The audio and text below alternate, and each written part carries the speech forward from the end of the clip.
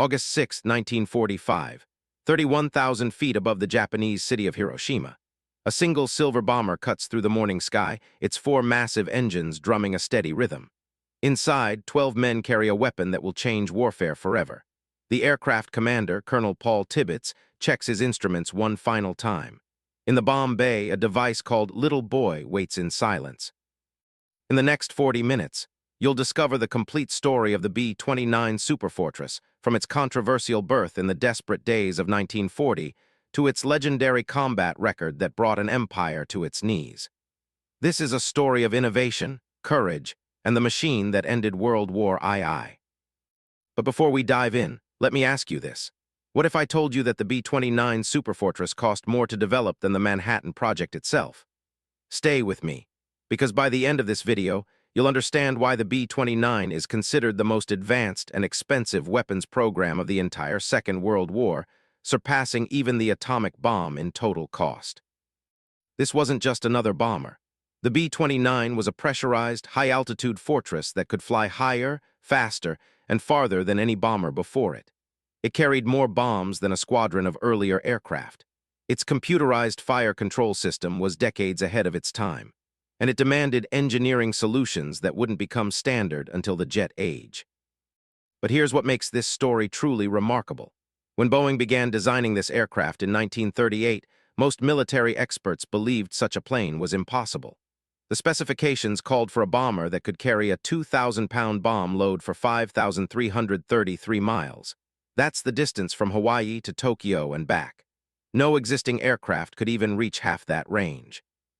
The program nearly collapsed multiple times. Engines caught fire in mid-flight. Test pilots died. Factory workers struggled with designs so complex they required entirely new manufacturing techniques. The United States military committed billions of dollars to an aircraft that hadn't even flown successfully when production began. It was the biggest gamble in aviation history. And if you're a fan of WWII aviation history, hit that subscribe button. We're covering every legendary warbird from the greatest conflict in history. What happened next shocked everyone involved. This aircraft would go on to drop more bombs on Japan than all other aircraft combined. It would fly missions that lasted over 16 hours. It would operate from bases thousands of miles from enemy territory, striking targets that were considered unreachable. And ultimately, two B-29s would deliver the atomic bombs that ended the war. But the real story was just beginning. The B-29's development involved over 60,000 changes to the original design. It required the construction of entirely new factories, and it pushed American industry to its absolute limit during the darkest days of World War II. This is the story of how desperation, innovation, and raw determination created the most powerful bomber ever built. To understand the B-29 Superfortress, we need to go back to 1938. Europe was on the brink of war. Japan was expanding across China. And American military planners faced a terrifying reality: the United States had no way to strike back if attacked. The bombers in service were obsolete. The B-17 Flying Fortress, considered advanced for its time, had a maximum range of barely 2,000 miles with a useful bomb load. The B-24 Liberator wasn't even in production yet. Neither aircraft could reach targets in Japan from American bases. Neither could carry enough bombs to make a strategic difference. And neither could fly high enough to escape the newest enemy fighters. The problem was geographic. America was protected by two vast oceans. This was a defensive advantage, but also a strategic nightmare. If war came with Japan, where would American bombers operate from? The Philippines were vulnerable. Hawaii was 3,800 miles from Tokyo. Alaska was ice-bound and barely developed. China was already occupied by Japanese forces. Military strategists ran the calculations again and again. The answer was always the same. Without a bomber that could fly at least 5,000 miles with a significant bomb load, America couldn't wage offensive war in the Pacific. Japan would be untouchable. But here's where it gets interesting. The Army Air Corps didn't just want longer range. They wanted a bomber that could operate at 30,000 feet or higher, above the effective ceiling of most fighters and anti-aircraft fire. They wanted speeds exceeding 350 miles per hour. They wanted heavy defensive armament controlled by remote systems. And they wanted a pressurized cabin so crews could operate at extreme altitudes without oxygen masks. In 1938, these requirements seemed impossible. No bomber in the world had a pressurized cabin. No aircraft could maintain formation at 30,000 feet. The engines didn't exist to power such a machine. The materials science wasn't there. The electronics were science fiction. General Henry Hap Arnold, chief of the Army Air Corps, understood the stakes. Without this bomber, America would fight World War II defensively, reacting to enemy moves rather than dictating the terms of engagement. The Philippines would fall. Pearl Harbor would be vulnerable, and Japan's industrial heartland would remain beyond reach, pumping out aircraft and ships to fuel their conquering armies. On November 10, 1939, Arnold authorized a formal request to the American aviation industry. The specification was designated Hemisphere Defense Weapon. It called for a bomber unlike anything that had ever flown. Maximum speed of 400 miles per hour, combat radius of 2,667 miles, ceiling of 35,000 feet, crew of 10, heavy defensive armament. 4 companies submitted proposals: Boeing, Consolidated, Douglas, and Lockheed. Each struggled with the same fundamental problem. The aircraft that Arnold wanted violated every principle of aviation engineering. It would be too heavy to get off the ground, too complex to build, too expensive to produce in quantity. But the solution would come from an unexpected place: a design team in Seattle that was about to revolutionize bomber warfare forever. Enter Boeing Aircraft Company. In Seattle, Chief Engineer Edward Curtis Wells assembled a team that included some of the brightest minds in American aviation. They had already produced the B-29 Superfortress. Now they were being asked to design something that made the B-17 look primitive. Wells understood that conventional approaches wouldn't work. You couldn't just scale up existing designs. The B-29 would need to be fundamentally different. Every system would have to be rethought from the ground up. The breakthrough came in the shape of the wing. Wells' team designed a narrow, high-aspect ratio wing unlike anything on existing bombers. It was longer and thinner, creating massive lift while reducing drag. This single innovation made long-range flight possible, but it also created new problems. The wing was so efficient it generated enormous stress loads during flight. Next came the fuselage. Instead of a simple tube, Boeing designed the B-29 with a pressurized compartment that could maintain sea-level conditions at 30,000 feet. The crew could operate without oxygen masks, without heavy flight suits, without the physical exhaustion that plagued high-altitude missions. A tunnel ran through the bomb bay, connecting the forward and rear crew sections. It was a revolutionary concept. But here's where things got complicated. The engines. Nothing in production could power this aircraft. Boeing needed engines producing at least 2,000 horsepower each. Wright Aeronautical was developing the R-30-350 duplex Cyclone, but it was unproven. 18 cylinders arranged in 2 rows. Massive, complex, temperamental. The design team made a calculated gamble. They built the entire aircraft around engines that didn't work yet. Stay with me because this next part is crucial. Boeing incorporated remote-controlled gun turrets. Instead of gunners sitting at individual positions, all defensive armament was controlled by a computerized fire control system. Gunners sat in pressurized compartments, aiming weapons through sighting stations. The computer calculated bullet drop, target speed, and range automatically. It was 1940s artificial intelligence. The prototype, designated XB-29, took shape in Boeing's Seattle plant throughout 1941. As workers riveted aluminum sheets and installed systems, the complexity became apparent. Over 55,000 rivets held the fuselage together. More than 600 miles of wiring snaked through the airframe. The fuel system alone held 8,188 gallons in multiple tanks. The aircraft was enormous: wingspan of 141 feet, length of 99 feet, empty weight of 70,000 pounds. Fully loaded, it would weigh 120,000 pounds or more. This was twice the weight of a B-17. Then came December 7, 1941. Pearl Harbor. Everything changed. The XB-29 was no longer an experimental project. It became America's most urgent priority. General Arnold ordered full production before the prototype even flew. Factories were built in Wichita, Kansas, and Marietta, Georgia.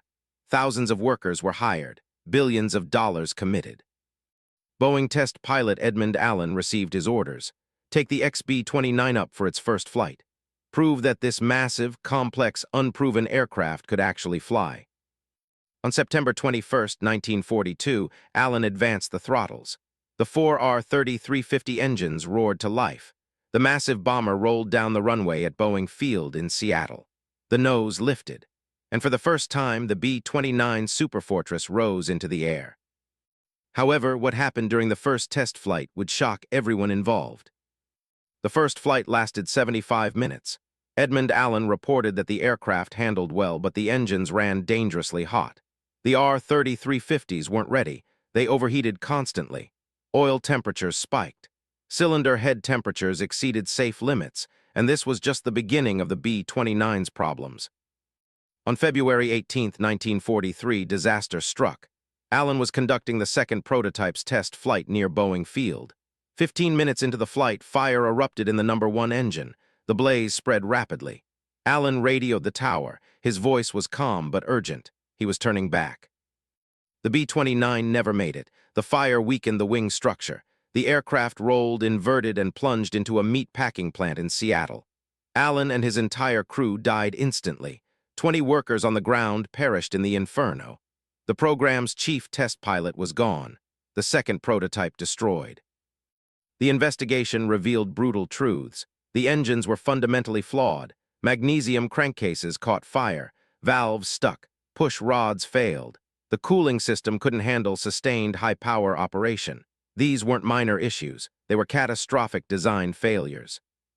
But production couldn't stop. Factories were already tooling up. Thousands of workers were hired. The military had committed everything to this aircraft. General Arnold faced a choice: cancel the program or push forward despite the deaths and failures.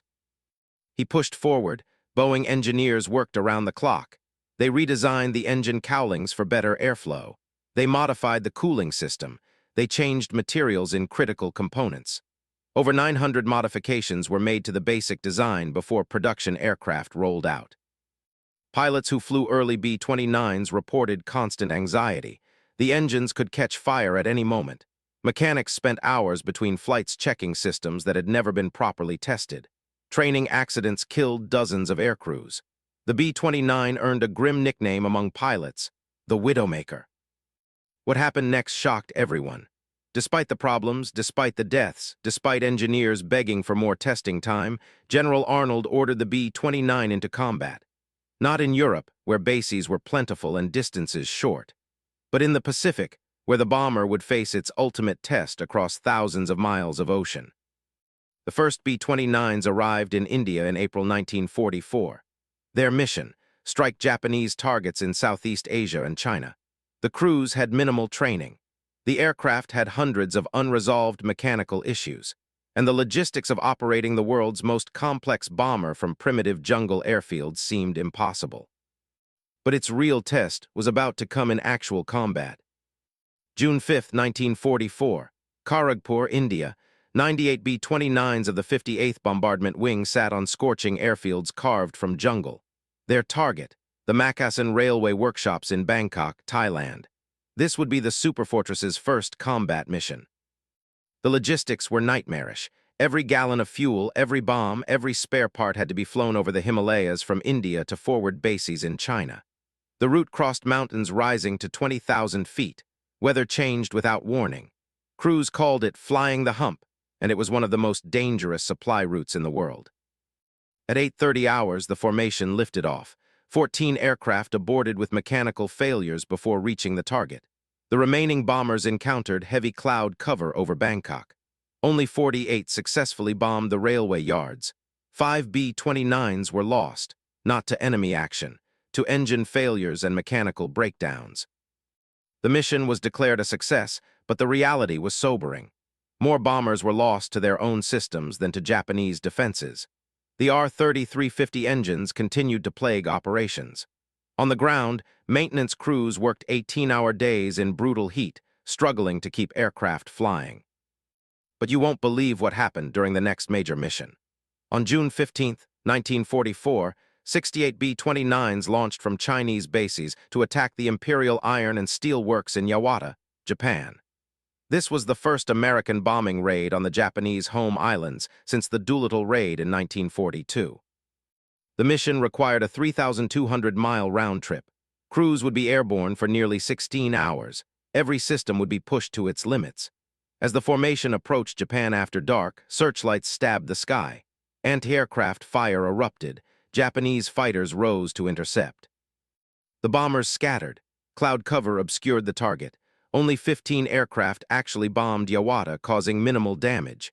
7 B-29s were lost, though only 4 to enemy action. The rest fell victim to engine fires, fuel exhaustion, and mechanical failure. The first months of B-29 operations were a disaster. Between June and September 1944, the 58th Bombardment Wing flew only 49 missions. The sortie rate was abysmal. For every hour in the air, maintenance crews needed 50 hours of work. General Arnold was furious. The most expensive weapons program in history was producing minimal results. But tactical lessons were being learned. Crews discovered that flying lower actually improved engine performance. The computerized gun sights worked brilliantly when properly maintained, and the aircraft's speed made it nearly impossible for Japanese fighters to intercept effectively. This was just the beginning. What came next would cement its legendary status. By November 1944, the B-29 Superfortress was at the height of its power, but not from India and China. The game changed when American forces captured the Mariana Islands, Saipan, Tinian, and Guam. These volcanic specks in the Pacific were only 1,500 miles from Tokyo, close enough for sustained bombing campaigns. The 21st Bomber Command, led by General Curtis LeMay, arrived with a new strategy. LeMay was a cold, calculating officer who understood that high-altitude precision bombing wasn't working. Cloud cover obscured targets. The jet stream pushed bombs off course. The carefully designed bombing computers were useless. On November 24, 1944, over 100 B-29s launched from Saipan for Tokyo. They flew at 30,000 feet through winter storms and jet stream winds exceeding 200 miles per hour. The results were dismal. Bombs scattered across empty fields. Industrial targets remained untouched. LeMay made a radical decision: strip the defensive guns, reduce the crew, load more incendiaries, and fly at night low altitude under 10,000 feet. His staff thought he was insane. Flying low made the B-29s vulnerable to every anti-aircraft gun in Japan. But LeMay had studied intelligence reports. Japanese night fighters were ineffective, their radar was primitive, and their cities were tinderboxes. March 9, 1945. Operation Meeting House. 334 B-29s took off from the Marianas carrying incendiary bombs. Their target, the industrial heart of Tokyo. The first Pathfinders arrived over the city just after midnight. They dropped napalm markers in an X pattern defining the target zone. What happened next was apocalyptic. Wave after wave of B-29s flew through the burning city at 7,000 feet. Each aircraft carried 7 tons of M69 incendiary clusters. These weapons were designed specifically to burn Japanese cities. Small bomblets scattered across rooftops, igniting thousands of individual fires. The fires merged into a firestorm. Superheated air created hurricane-force winds that sucked oxygen from the streets. The temperature reached 1,800 degrees Fahrenheit. Canals boiled, metal melted. 16 square miles of Tokyo were incinerated. Over 100,000 people died in a single night. It was the deadliest air raid in history. The B-29 crews flying through the firestorm reported horrific conditions. Updrafts tossed 60-ton bombers like toys. The smell of burning flesh entered the pressurized cabins. Turbulence was so severe that men vomited in their oxygen masks. But only 14 bombers were lost. LeMay's gamble paid off. This became the template: Nagoya on March 11th, Osaka on March 13th, Kobe on March 16th. Every major Japanese city was systematically destroyed. The B-29s flew mission after mission, each time carrying more bombs, burning more territory, killing more people. By June 1945, over 60 Japanese cities had been firebombed. Industrial production collapsed. Transportation networks disintegrated. The civilian population faced starvation. The B-29 Superfortress had brought total war to the Japanese homeland with a vengeance that shocked even American commanders. Statistics tell the story. Between March and August 1945, B-29s dropped 147,000 tons of bombs on Japan. That's more tonnage than all Allied bombers dropped on Germany in 1943.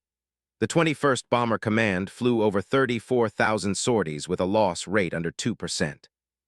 But every legend has its darkest moment. Despite its success, the B-29 Superfortress wasn't invincible. The R-30-350 engines remained treacherous throughout the war. Even after modifications, they caught fire without warning. Crews developed a grim routine. At the first sign of engine trouble, prepare for immediate bailout or ditching. The statistics were sobering. Of the 414 B-29s lost in combat operations, more than half were destroyed by mechanical failures rather than enemy action. Engine fires accounted for the majority. Crews that survived multiple missions often credited luck more than skill. Ditching a B-29 in the Pacific was a death sentence for most crews. The massive bomber sank quickly. Life rafts often failed to deploy. Survival time in the water depended on rescue submarines positioned along flight routes. Many crews were never found. They simply disappeared into the vast ocean. Japanese defenses adapted. Anti-aircraft batteries around major cities increased dramatically. Searchlight batteries worked in coordination, creating cones of light that trapped bombers for gunners below. During the low-altitude missions, B-29s faced withering fire from every caliber of weapon. Some aircraft returned to base with hundreds of holes in their fuselage. The April 7, 1945 mission against Tokyo was particularly brutal. Japanese fighters launched coordinated ramming attacks. Desperate pilots dove their aircraft directly into B-29 formations. 7 bombers were destroyed by deliberate collisions. The Japanese called these pilots body crashers. Americans called them suicide attacks. Weather remained an unpredictable enemy. Typhoons grounded entire wings for days. The jet stream could add or subtract hours from mission times. Crews returning from long missions often found their home bases socked in by fog, forcing emergency landings at alternate fields with minimal fuel remaining. And then there were the human costs: frostbite at high altitude, exhaustion from 16-hour missions, the psychological toll of burning cities. Many crew members struggled with what they were ordered to do. Yet one mission would prove why this aircraft earned its place in history. Tinian Island, August 6, 1945, 2:45 hours. A specially modified B-29 designated number 82 sat on the Northfield runway. The aircraft had been named Enola Gay after the pilot's mother. Colonel Paul Tibbets commanded a crew of 12 men. In the bomb bay hung a weapon that weighed 9,700 pounds and contained the destructive power of 15,000 tons of TNT. The mission briefing was simple: fly to Hiroshima, release the atomic bomb from 31,000 feet, execute a violent 155-degree diving turn to escape the blast. The scientists weren't certain what would happen. Some predicted the bomb might ignite the atmosphere. Others calculated a shockwave powerful enough to destroy the aircraft. Tibbets advanced the throttles at 2:45 hours. The heavily loaded B-29 used every foot of Tinian's 8,500-foot runway before lifting into darkness. 2 observation B-29s, the Great Artiste and Necessary Evil, followed at intervals. A weather reconnaissance B flew ahead to check conditions over the target. The flight took 6 hours. At 7:30 hours, the weather aircraft radioed back. Hiroshima was clear. Visual bombing conditions. Tibbets confirmed primary target. At 8:09 hours, Bombardier Major Thomas Farabee identified the AA bridge through his bomb sight. The T-shaped structure was the designated aiming point. At 8:15 hours and 17 seconds, the bomb bay doors opened. Little Boy fell free. 43 seconds of freefall.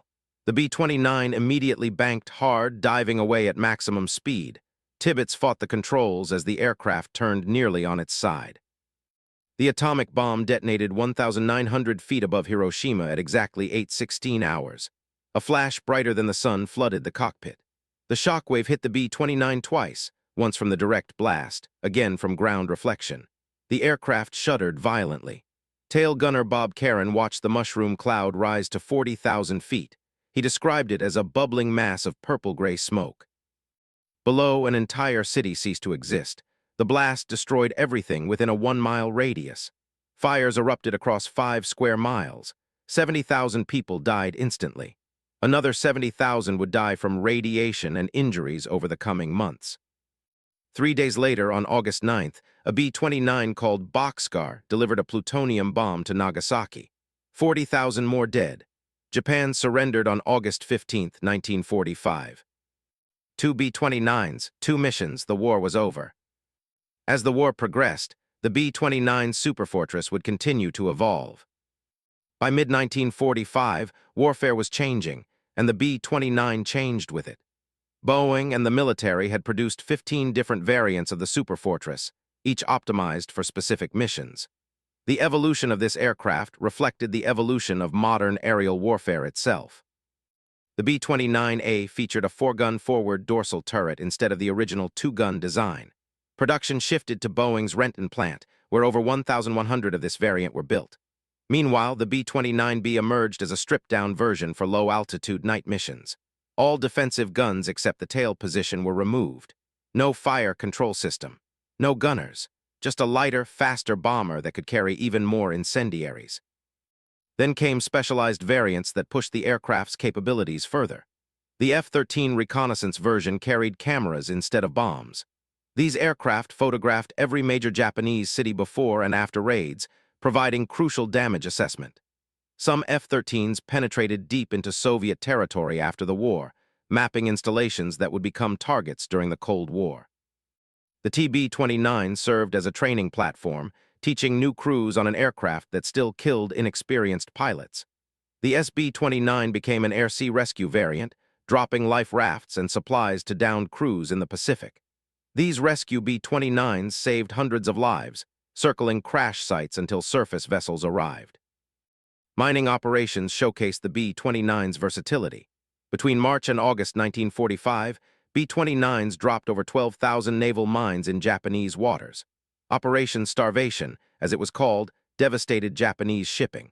Mines sank or damaged over 650 vessels. Food shipments to the home islands virtually stopped. Some historians argue this blockade contributed as much to Japan's surrender as the bombing campaign itself.